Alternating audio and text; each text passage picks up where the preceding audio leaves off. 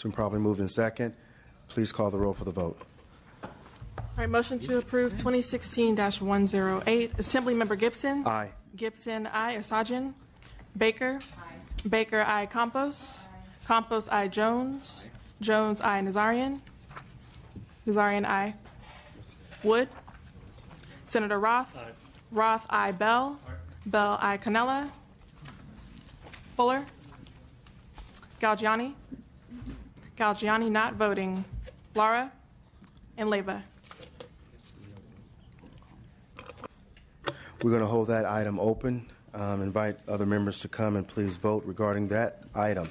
Next, we'll move to item number 2016-103, the Los Angeles Unified School District, removing teachers from classroom. Senator Mendoza, thank you very much. We'll have the affected agency to please come to the table.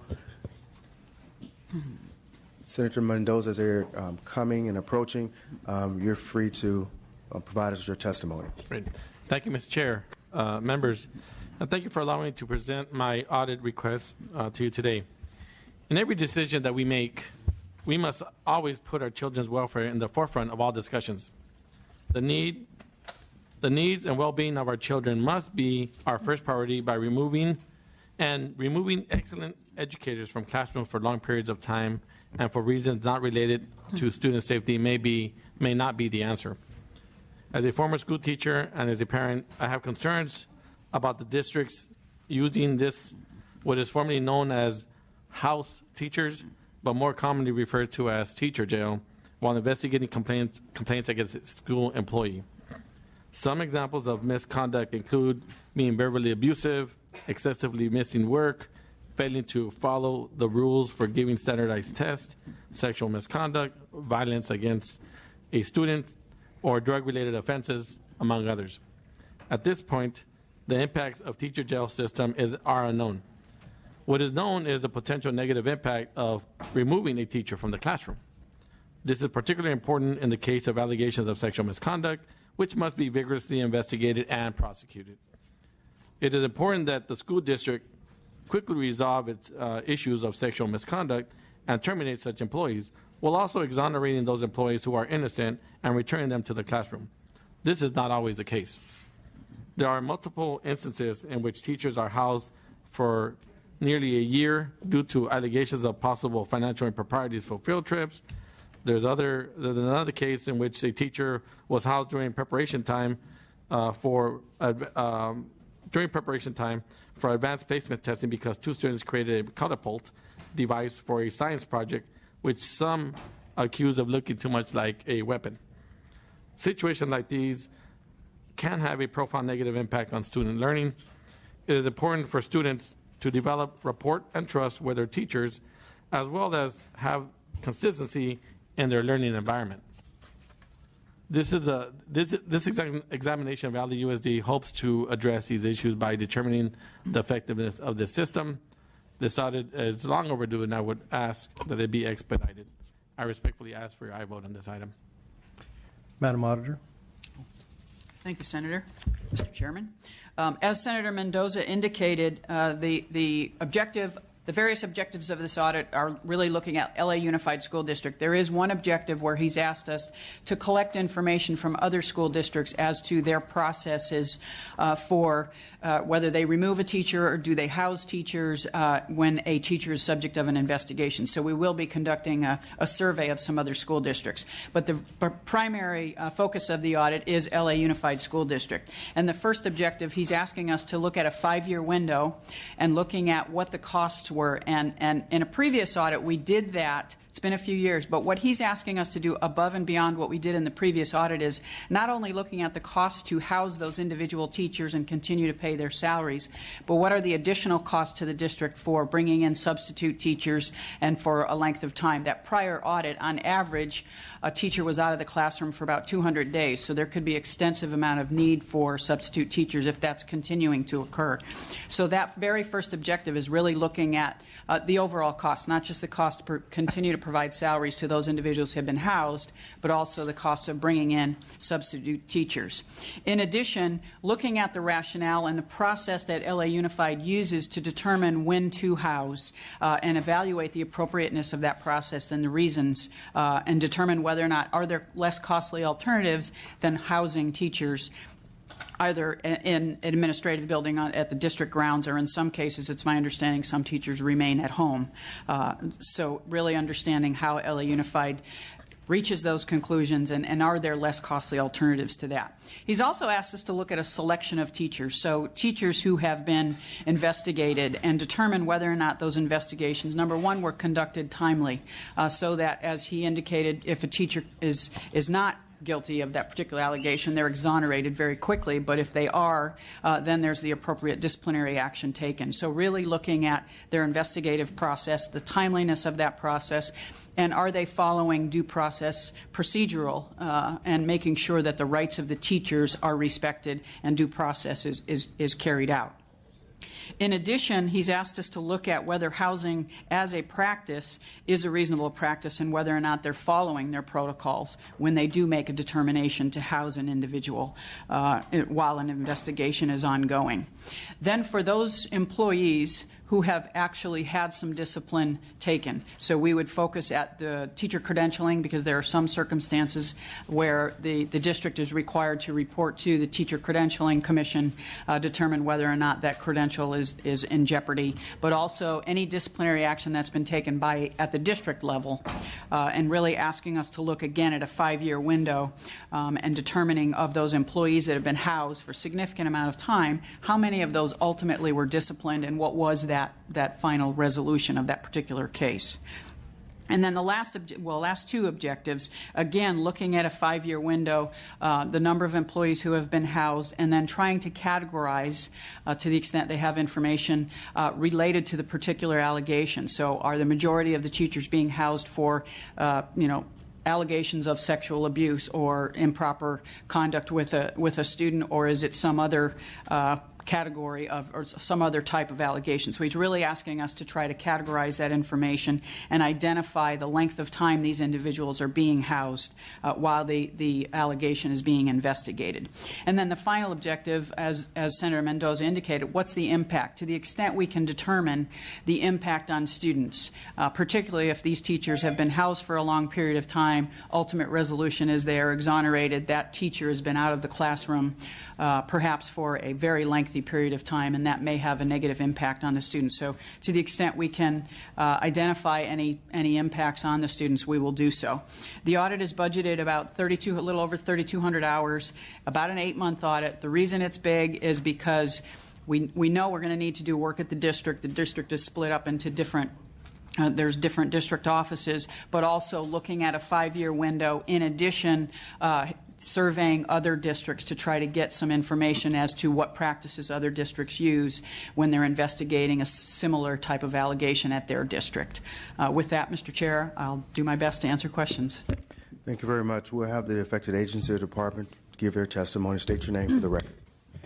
Good morning, Mr. Chair, Vice Chair, members of the Joint Legislative Audit Committee. My name is Justo Avila. I'm the Chief Human Resources Officer for the Los Angeles Unified School District. With me today is Alex Molina, our Chief Labor and Employment Counsel. I wish to first thank the Joint Legislative Audit Committee for providing the opportunity to speak about this important issue and share some of our efforts, LAUSD's progress in this area, and our perspective. First, I know that everyone here today and LAUSD take all allegations of child abuse and other forms of misconduct seriously. We represent 600,000 students, and their safety and well-being is paramount. And when allegations of this nature arise with respect to our 60,000 LAUSD employees, the district is taking the necessary actions to ensure student safety first and ensure that no further potential harm can occur to any of our students. When these types of allegations occur, the district must determine the validity of the allegations and investigates. If the district determines the allegations require reassigning an employee away from their site, their school site, we take that action. We ask our administrators to conduct a preliminary investigation within the five days, and then make a final determination whether to return the employee back to their school site or to formally reassign the employee home for the duration of the investigation. Once the investigation is completed, the employee can be reassigned to their school site, or the district can proceed with disciplinary action and potentially dismissal from the school district. If the employee, second, while we understand the desire for the inquiry regarding the district's practices related to temporary reassignment of teachers pending the investigations, we do welcome the opportunity for the audit. There are some key developments that occurred within the last 9 months that I'd like to share as you consider this request.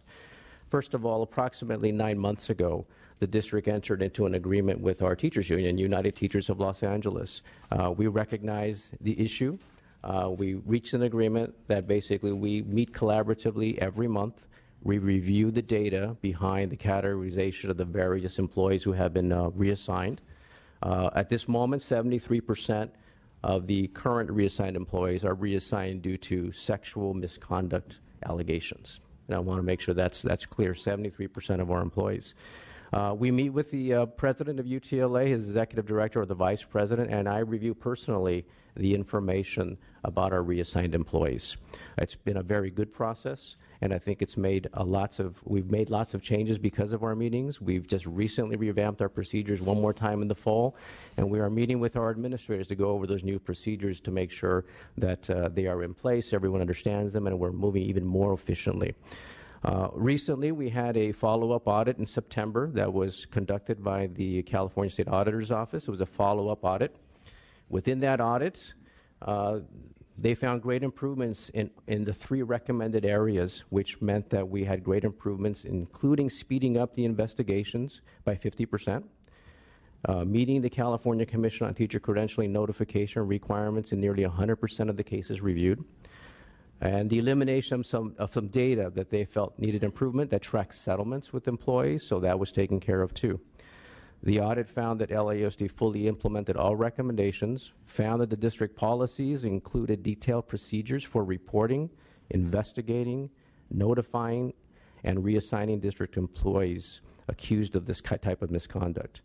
CTC also, within that report, marked that there was great improvement in our reporting to CTC, and that we're providing consistent, timely, accurate information that has significantly improved.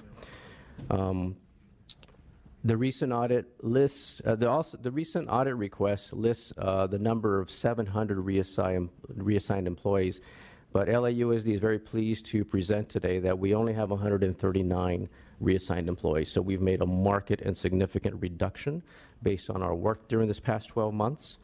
We're moving faster today than 12 months ago to resolve issues, investigate, and take care of these issues, both for the safety of our students and also for our employees who deserve to have these cases resolved as quickly as possible.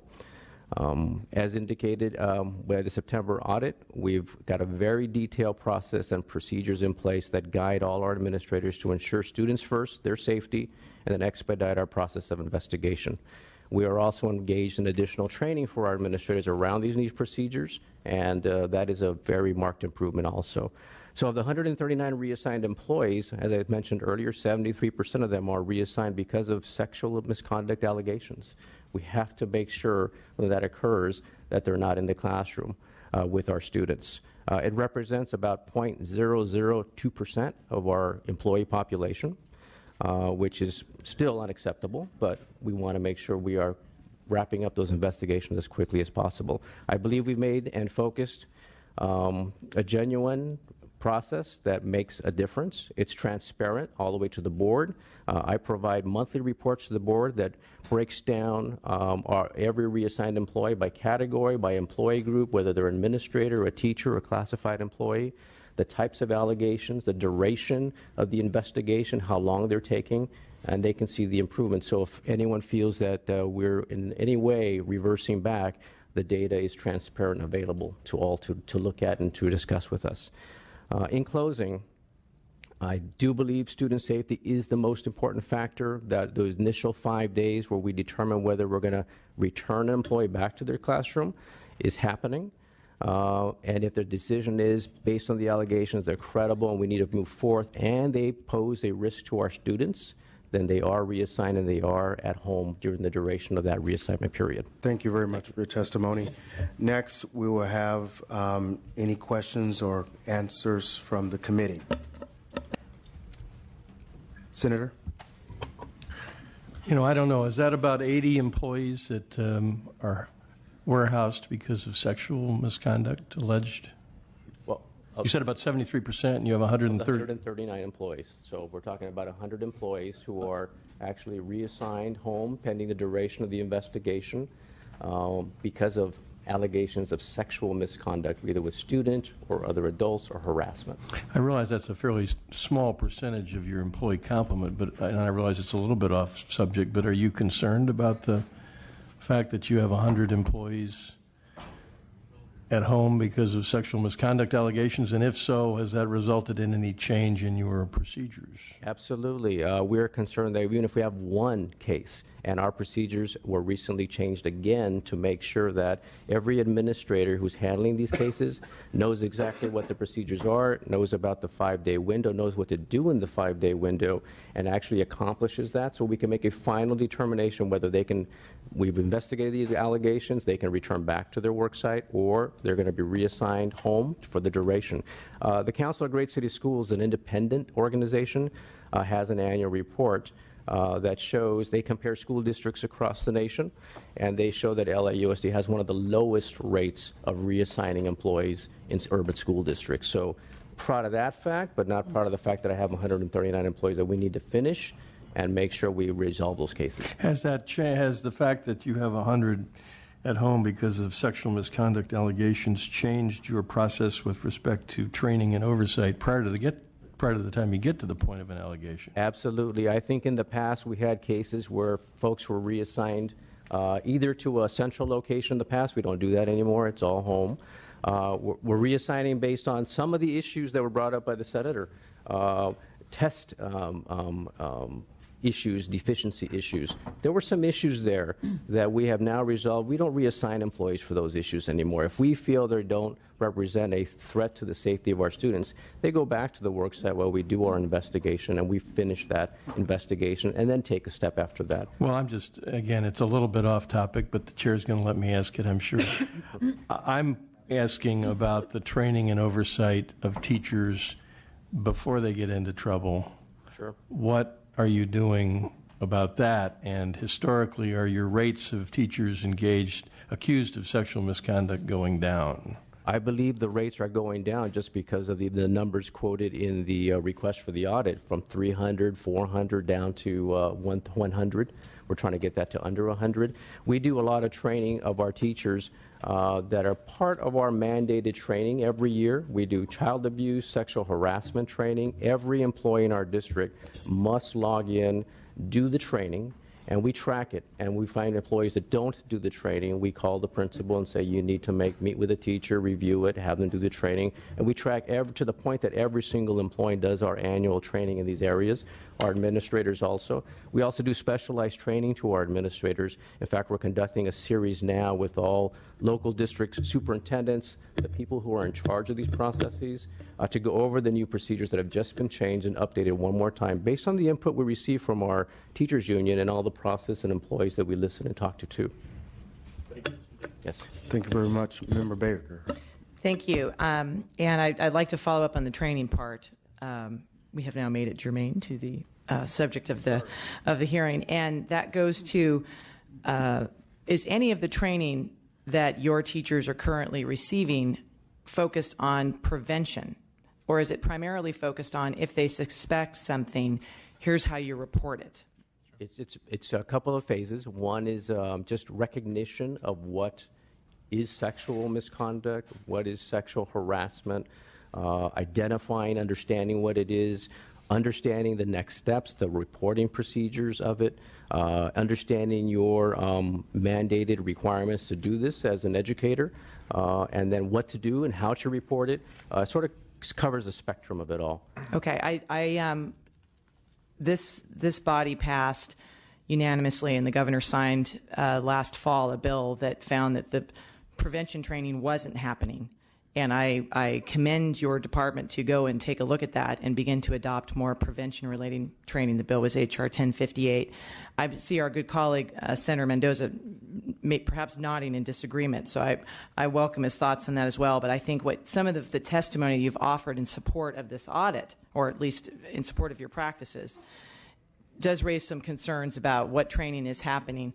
And so I want to point you in that direction for prevention and not just reporting. Secondly, you mentioned this 5-day period of where a teacher isn't necessarily reassigned. Were you saying that sexual allegations about a teacher can be made, or maybe it's an administrator, not just a teacher, but someone else in an employee setting, can be made, and that person can remain in the classroom, remain in their position for 5 days while you determine a level of credibility that might get them out of the classroom? Is that correct? There's a series of steps. So first we have where there are allegations that may not be of sexual, where they can remain in the classroom. If the allegations are of a sexual nature and the administrator feels there might potentially be there, they are temporarily reassigned for 5 days. They have 5 days to sort of look into it and make a decision. Are the allegations of such a nature that they do present a danger of safety to our students? During that 5 days, is the teacher or the individual in the classroom? No, they are not in the classroom. They're automatically taken out. At the end of the 5 days, final determination is made. If the allegations are substantiated to any degree and we're going to move forward with an investigation, putting them back into the classroom poses a danger to our students, then they are formally reassigned for the duration. If not, then they're returned back to their assignment. Okay, so I will circle that back around to the audit then, because what this 5-day window potentially presents, and I hope it will be within the scope of the audit, and you want to make sure that the numbers that you see declining aren't because there was a rush in the 5-day window to make a judgment by an administrator about whether or not there was sexual misconduct. That is something for law enforcement, and not to be rushed within a 5-day period. I guess I asked the question if the auditor sees this 5-day period as an area that you're going to be studying, and if is that a thorough enough time to make sure we are making the right decision about reassignment?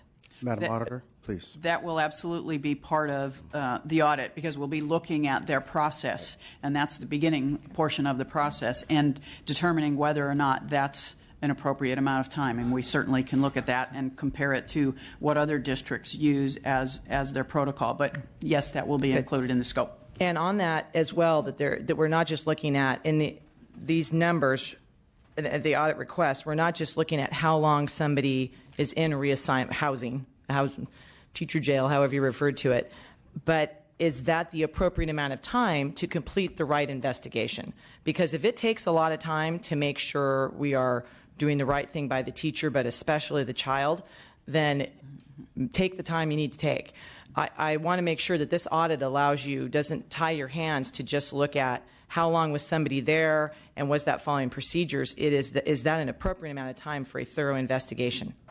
And Ms. Baker, I think a variety of the objectives combined will get to that, as far as looking at the ultimate discipline, how long that individual, first of all, had been housed, how long the investigation took place, what was the ultimate discipline, was that individual's credential taken because of substantiating the abuse. And then also looking at categorizing. Senator Mendoza is asking us to categorize the types of allegations, and then looking at how long has an individual been housed and the reasons for that. Is it because it needed to be an in-depth investigation because it was a very serious allegation of sexual abuse, rather than a less serious allegation of something related to testing or something like that? So I think a combination of the objectives will get at the concern that you have. I appreciate that, and I frankly wonder how you'll be able to make a determination outside of law enforcement and a prosecuting office potentially looking at this as their expertise about what was the appropriate amount of time. And I guess I just would caution us that as we go forward, we read whatever report you have with that in mind. Those will be the kind of questions I'll be asking, because ultimately it's a difficult position, I think, to put you in to make a judgment about, was this the right amount of time to investigate these type of allegations? Sure. And I just want to make sure this audit doesn't tie your hands to do that. I'm almost done. I'm sorry, Mr. Chairman, if you'll indulge me. There's one more. Item number 6 is evaluate whether housing teachers who are paid on leave pending outcome of misconduct is a reasonable practice. How will you determine if housing teachers is reasonable. That almost sounds like a judgment for the body or perhaps the school board there. And I wonder how you'll go about that part. And it's an excellent question. I think what we would need to do is see what other school districts do, what other practices are out there, and then really talk to the individuals at LA Unified, perhaps talk to individuals at teacher credentialing. We may need to speak to law enforcement, talk to a variety of groups to determine, whether or not we think that's a reasonable practice. I understand your concern, and I respect your concern, and we'll do our due diligence as far as trying to reach out to various entities that we think may have that type of expertise. I think my input would be that it's not appropriate that you're making the decision that it's reasonable, but that you're providing this committee in your report with compare and contrast and the data, and it's our job to determine if it's reasonable or perhaps ultimately the school board and professionals there. And perhaps the same with the review of impact on students. That is, I don't know how you'll be able to do that I almost caution that almost be a separate report. I think that's a decision that will require a tremendous amount of time. And I think we need to not take it with a grain of salt, but be very alert to your report as you come back about how you were able to do that. And I thank the chair for the indulgence of the time. Thank you very much. We now have public comment. If you'd like to have comments on this item, please, we invite you to this microphone. You have 2 minutes.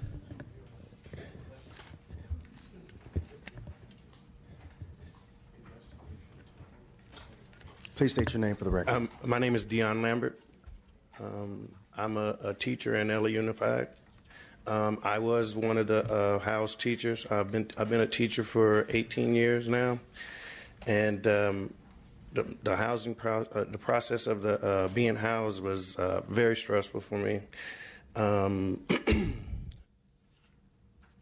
reason why I was in there, I'm a football coach as well as a teacher.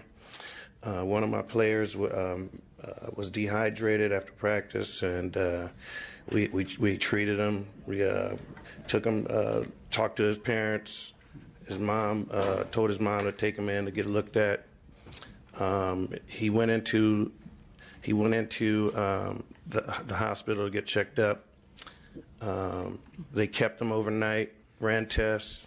A few days later, they let him out, but eventually, I got called in and placed into the reassignment center because of that. And the process was very stressful because I didn't really know exactly why I was in there. I kind of had an idea of why I was in there, but I wasn't sure. I didn't get a chance to actually tell my side of the story at all. I didn't get a chance to talk to anybody. The first time I got a chance to talk to somebody was a month later from the date that they said the student was dehydrated. I didn't get anything in writing until like 2 months later. And it was a very difficult process because I never had a chance to say my side of the story. Even to this day, this is the first time that I ever got to speak about this. You have 30 seconds. Okay, sorry. And eventually, basically what happened is, nothing came of it. Eventually, I was placed back into being a pool teacher. When I was at a certain site for 16 years, I became a pool teacher for 7 months, and then eventually, this past fall, I was granted to go back to a different school. I wasn't able to return to the site that I came from. The site that I was at was a school that I actually attended, and I chose to go there so I can deal with the students from my community. And so to give back to my community, that's why I went back there. But then eventually, I'm at a school that's not mine. And I was removed from the position that I was at. Thank you very much for the testimony. We're going to close the public comments section. Let me just have a few comments. Normally, I reserve my comments and don't say anything, but for someone who worked for the teachers union for almost 12 years and had to represent teachers in teachers jail. The whole terminology is very demeaning, demoralizing, and I, with firsthand knowledge, having to have represented teachers for 12 years, know that some of them can stay in teacher jail for over a year. And these are allegations. This is a 27% that are not, which have no allegations of sexual misconduct whatsoever. These are individuals because they were too old, according to LA Unified School District. And just as the witness has made indication, he was not returned after obviously been exonerated from whatever the allegations may be. We're paying for teachers to sit there for an exorbitant amount of time, and during that time, their whole dignity and everything like that has been stripped away. And so we have to look at a better way of doing things and doing investigation. With regards to the 73% that was made mention to, it has to go through not only the legal process, but also vetting through the process of LA Unified School District, whether or not there's evidence to substantiate any allegations of sexual misconduct that has been leveled by a teacher. This is something that I certainly will be asking my colleagues, and thank Senator Mendoza for coming forth, who also is an educator and have been for many, many years, teaching in Los Angeles Unified School District with an exemplary record. You've never been in teacher jail before? Okay. I've seen it, though, but yeah, I've never been there. Right. Senator, would you please give us some final comments before we take the vote? Another comment from the committee. I just want to thank the chair and the members for taking the time to talk about this very serious issue. To me, it feels kind of personal. I put myself in the situation of these teachers that are in there, and it's bothering because it creates a stigma for a lot of the teachers that are there. You can't get that label off of you, and people automatically assume, why are you in there? And anything that comes out of the district is always a problem. And we're trying to remove that because my wife still teaches there. And I have friends that still teach there, relatives. And it hurts to see them in situations where we're in a district that might not care about their livelihood. And you have teachers who, okay, it might have been a teacher who was having an affair with maybe one of the paraeducators, but all of a sudden there was a falling out, didn't get along anymore, and boom, it ended up in teacher jail for sexual misconduct. Okay, well, that's different variations of sexual misconduct, but and they're there for years on end, and then they lose a credential. And I go, you know how hard it is to get a credential? And you take away their livelihood, and then you want to go work in another district. Oh, no, you can't. We're going to make sure we remove your credential before you go over there. And they really make it hard on teachers to kind of we all make mistakes, but they become very heavy-handed. Becomes very, in no other profession do they do that. And I just do feel that and I'm glad that the district is shifting. I'm glad the new leadership at UTLA is taking this on and working with them. I get that. But like everything else, it's cyclical. Things happen, it starts getting better, and then it gets ugly. We want that to stop. We want to make sure that we're able to put a light on what's going on and how do we change our behavior and not let this happen again. I know that the auditor has brought up some of the things where she's going to be working on. I do want to make sure that she focuses in on some of the legal costs as well, because the district's incurring a lot of costs attacking and going after these teachers and so forth. That's a lot of legal costs that they're incurring. Also, and to the extent possible, if they're going after they're reporting their credential to the CTC as they're supposed to, but are they going out of their way to really go and remove credentials for non-sexual misconduct reasons? Are they really, if it's an error that they mistake, a mistake that they make, are they really going and chasing to take away their credential and thus eliminating the opportunity for them to go work in another district? So those kind of things I think need to be looked at, because it's a lot of issues here, but I really don't want, I want this practice to stop and an opportunity for other people not to endure this kind of policy. Senator Mendoza, thank you very much for bringing this item before us. We will entertain a motion. It's been moved. Do I hear a second? Second. It's been properly moved in second that we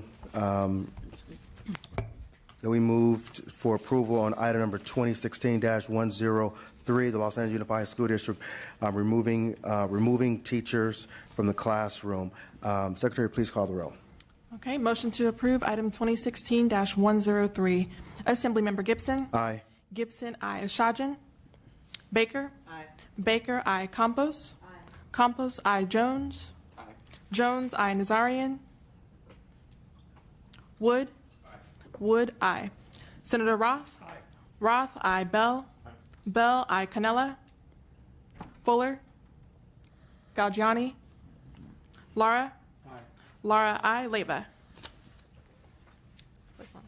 Thank you. That item will be placed on call for members to vote. We want to also take an opportunity. Thank you very much. Thank you, Mr. Chair. We want to welcome Dr. Wood, who has joined us, who will be replacing Speaker-elect Anthony Rendon. So welcome, Dr. Wood. Next, we want to bring up Member Jones. Oh, let's call the roll on the rest of them before Senator Bell leaves. Senator Bell, can we just call the roll just one moment? Okay. For those items. Okay, on item 2016-102 concerning high-speed rail, Assembly Member Wood. No. Okay. Wood, nay. Senator Canella. Senator Lara. No. Lara, nay. Okay. That item is out? No? That item's still on call? Yeah. Okay. On item 2016-108 concerning the Department of Developmental Services, Assembly Member Wood. Wood, aye. Senator Canella. Fuller. Lara. Aye. Lara, aye. That item will be placed on call. 2016-104 concerning the California Public Utilities Commission. Assembly Member Wood. Aye. Wood, aye. Canella. Fuller. Lara. Aye. Lara, aye. That item will be placed on call as well. Oh, that item passes. Thank you very much. Next, we have Member Jones. Item number 2016-107, the California Clean Energy Jobs Act, Proposition 39.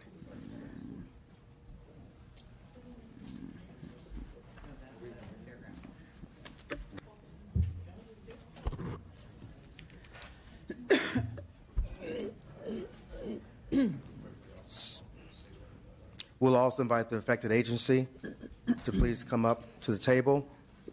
This is the last item. Then we'll have the auditor give her report on some items.